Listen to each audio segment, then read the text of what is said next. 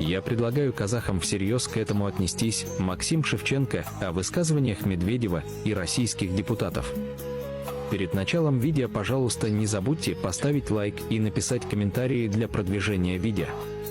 Российский журналист и политический деятель Максим Шевченко прокомментировал заявление о северных территориях Казахстана. Я считаю, что это не случайное заявление, а это продолжение империалистической линии российской власти на запугивание соседей и на создание ситуации «старший брат и младший брат».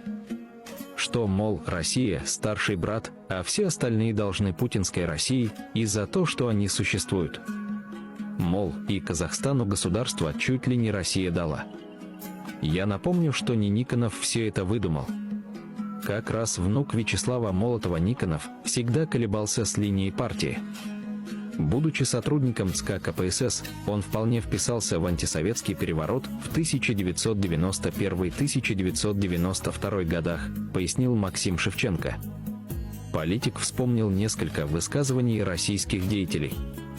Вице-спикер Госдумы Петр Толстой очень весело и жизнерадостно рассказывал, что русско-тюркский диалог исчерпывается Куликовской битвой и что надавали по щам этим кочевникам с кибитками. Федоров, Н.О. Довец, Национально-освободительное движение, Российское политическое объединение и Знатный единорос тоже к этому прибавил свои 5 копеек.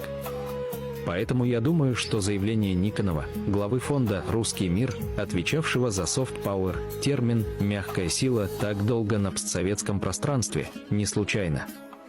Я думаю, что это продолжение общей линии на воссоздание российского империализма в формате либеральной империи, как заявил Анатолий Чубайс, сказал Шевченко.